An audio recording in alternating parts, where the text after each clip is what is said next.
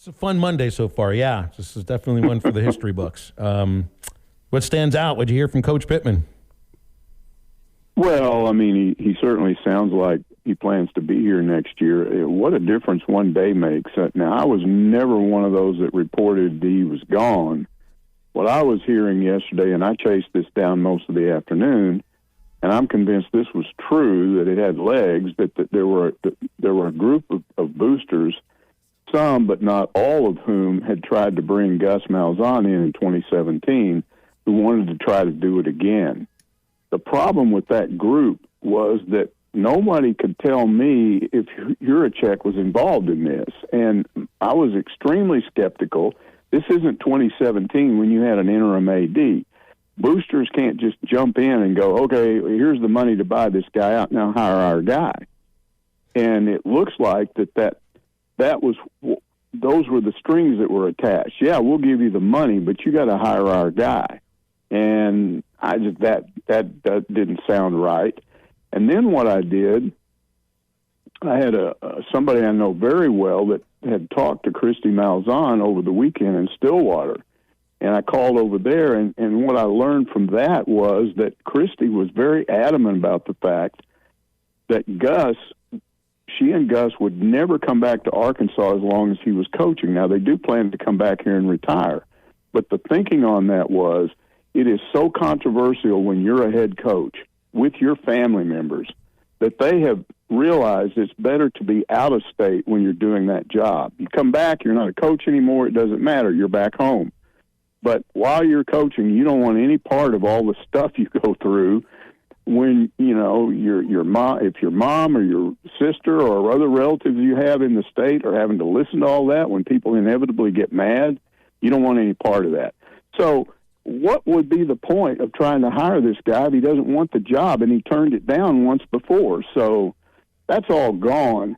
And the only other possibility to me right now is that something's going on behind the scenes that nobody is willing to talk about, where Pittman has said, hey, give me the chance to coach these last two games with these players, and then I'll retire. Now, there's no indication I've got from anybody that's what's happening. On the contrary, I'm sort of hearing that Juracek believes if you hire the right offensive coordinator, and maybe you need another head coach, and there's one out there. I don't know if they'd ever be able to hire him, and that would be Petrino. But if you hire another head coach so that Sam's got somebody in there just like he had with Odom, and you make a few other changes, and then you've got to do something. There were problems in that locker room. I can't tell you what they were, but there was no leadership this year.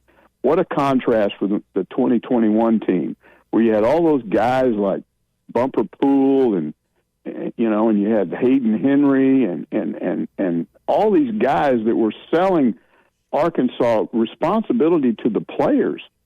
John McDonald told me years ago the secret to winning big is to have guys on your team that do not allow the cancer in the locker room to develop. They step in and solve problems before a coach ever has to. And you clearly didn't have that this year. No team can do what they did 2 weeks ago and then come out and play like they did. And Pittman had no answer for that. He didn't know why it happened. Well, I don't either, other than there were people that should have prevented that knew in that locker room, and nothing was done.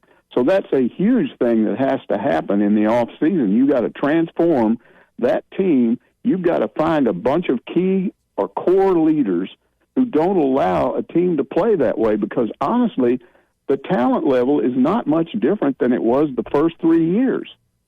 And it looks like to me the only difference was you didn't have leadership on this team. Yeah, it's a mess. Or it'll do until the mess gets here. That's for sure. I don't know how to explain that if they're just not buying into the message, Mike. What do you see going forward these next two games? Do you see it as usual, same starters everywhere, or do you start evaluating talent and find out who's part of the plan for next year? Well, obviously they still want to win. I don't think you just make wholesale changes and say, well, the red shirt guys, we're going to use these two games for their red shirt. So, I mean, one of the big questions is, does Criswell play some? None at all? I don't think he'll start, but what do you do with that situation? And other key positions on the field. But again, if I'm Sam Pittman, I'm getting together a bunch of my key upperclassmen, and I'm telling them, you need to tell me what's going on in that locker room and when I'm not in there. If there's a problem, if you see something, talk to me so I'm not standing around shocked when we don't play well, because he didn't know. He didn't have an answer for why they didn't come out and play hard. But we all saw it. They came out like they were asleep. So how do you not know that's going to happen? Well, you don't know if you don't know what's going on inside the team. So to me, that's one of the things you got to do. You got to be more in tune with what's happening when you're not there. And let's face it, guys, there are plenty of times that those players are together as a unit when the coaches aren't around. Mike, we saw two coaches get fired in the last 24 hours. Jimbo Fisher given 58 suitcases full of $100 bills to not coach. And then there's Zach Arnett, who I think is given like almost nothing to not coach. Arkansas is somewhere in the middle here with that. How much of this is about a buyout and about the idea that no matter what, they'll finish at 500, even if they lose the back-to-back games, finish at 500, the buyout's over $16 million. How much of that decision, if it is to retain Sam Pittman, is just about a buyout? Well, I'm not sure, but I'm just guessing that it has something to do with it, that the buyout goes down quite a bit next year. And so, again, if you go by what I was talking about earlier, if there were people willing to pay that buyout, but the problem was they wanted their guy, and then that goes away. So then you have to just live with whatever your buyout payment you have to make. And I got to believe it's a factor. People get mad because A&M can just throw insane amounts of money if they just keep turning. What they just did is insane. I mean, I keep saying to myself, nobody has that much money, at least that they're willing to spend just to try and win more football games. It's not like A&M was terrible. They had a good year. They just didn't win the championship that the Aggies always think they're going to win if they pay more money. So now they're going to pay more money to somebody else and start the process all over again. Mississippi State, that was just a weird deal. I can't explain it. I've never heard of a guy. He wasn't an interim. He was the head coach, and he lasted 10 games? What is that all about? That's got to be the least amount of time a hired head coach has ever had on the job.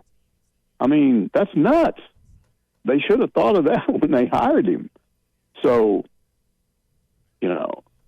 you got people telling me, well, come on, this shows how much worse we are than A&M. They're willing to spend money, and I think I'm saying to them, they're crazy.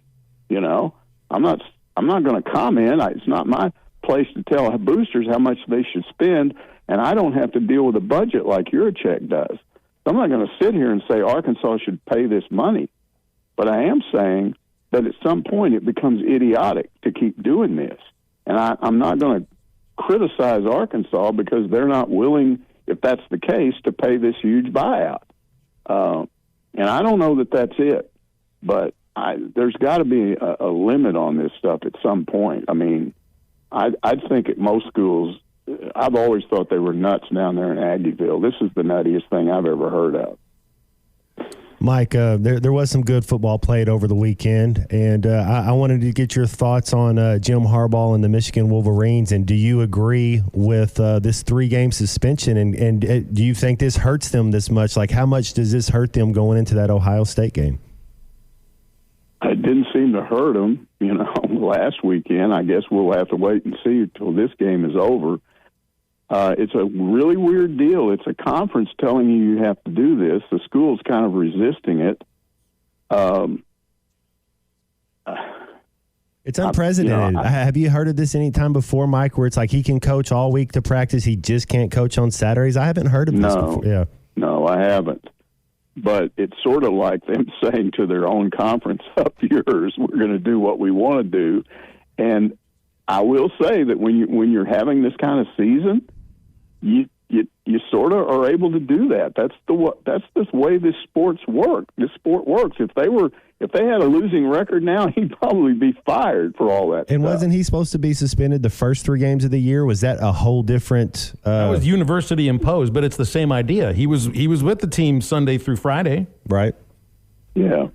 I mean, I don't know. It's weird. Speaking of saying Aggie, you said Aggie Land's weird. It's kind of weird up there in Ann Arbor as well. Yeah, weird. This whole sport, this whole enterprise deal. of college football is a little bit weird. I mean, we're shown indications of this virtually every week, and year by year, Mike, the sport just gets crazier and crazier. And I think NIL is a problem. I do. I'm told that there's a problem over there right now in this program with the NIL imbalance, and I'm not saying Arkansas is the only one that has it.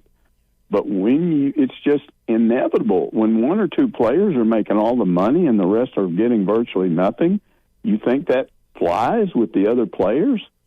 I hear what you're saying in that term too, Mike, because the players, you got in earlier the idea of leadership at a player level hasn't really been very good. Well, maybe you point directly, you can chain that to the idea of NIL. If you get student athletes that are making so much more money than anybody else on the team, maybe it's a little bit difficult. I don't know. Is it difficult for them to lead, or is it difficult for the guys who are, sort of the ones supposed to follow them to view them as leaders? Well, I would have a hard time if somebody came to me and said, you need to step it up. You have this problem, you have that problem, and I'm looking at you and going, yeah, and you make $500,000 this year, and I made $25,000. I mean, that's where we're at, and I still say long term this has to be solved somehow, because it doesn't. Even the NFL has a salary cap. Some school can't just decide.